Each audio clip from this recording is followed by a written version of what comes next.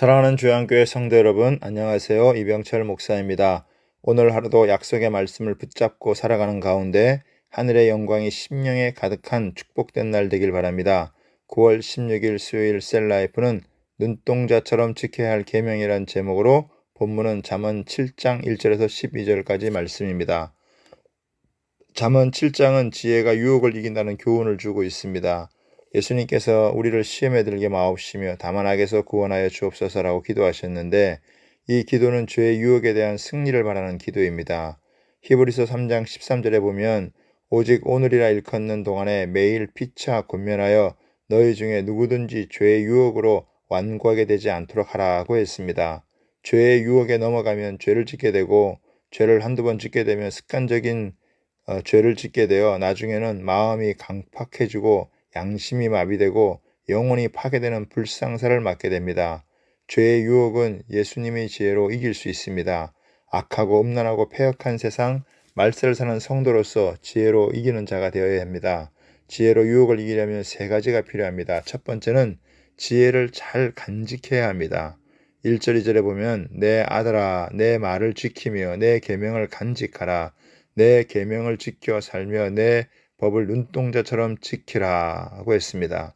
지킨다는 의미에는 순종한다, 보호한다, 간직한다의 의미가 있습니다. 본문에서는 간직하라의 의미로 사용되었습니다. 지혜를 내 마음에 내버리지 말고 말씀을 멸시하지 말고 차곡차곡 내 마음에 간직해야 합니다. 지혜를 어느 정도 지켜야 하는가 하면 눈동자처럼 지켜야 한다고 했습니다. 원문에는 눈동자는 눈동자 속에 한 조그마한 사람을 의미합니다. 상대방을 바라볼 때 자신의 눈동자에 그 사람이 비추어집니다. 그 사람의 작은 상이 비치는 것처럼 지혜를 그렇게 눈동자 속에 있는 사람처럼 자신의 마음속에 잘 간직하라는 것입니다. 세상 유혹에 말씀을 빼앗기지 않기를 바랍니다. 요한계시록 1장 3절에는 예언의 말씀을 읽고 듣고 지키는 자가 복이 있다고 했습니다. 즉 말씀을 간직하는 자는 복이 있습니다. 성경을 읽고 듣는 이유가 여기에 있습니다. 그것을 간직해서 그 지혜로 죄의 유혹을 이기게 됩니다. 두 번째로는 마음판에 새겨야 합니다. 3절에 보면 이것을 내 손가락에 매며 이것을 내 마음판에 새겨라 하고 하십니다. 이것은 기록하라는 것입니다. 6장 21절에도 마음에 새기라 하는 말씀이 나옵니다.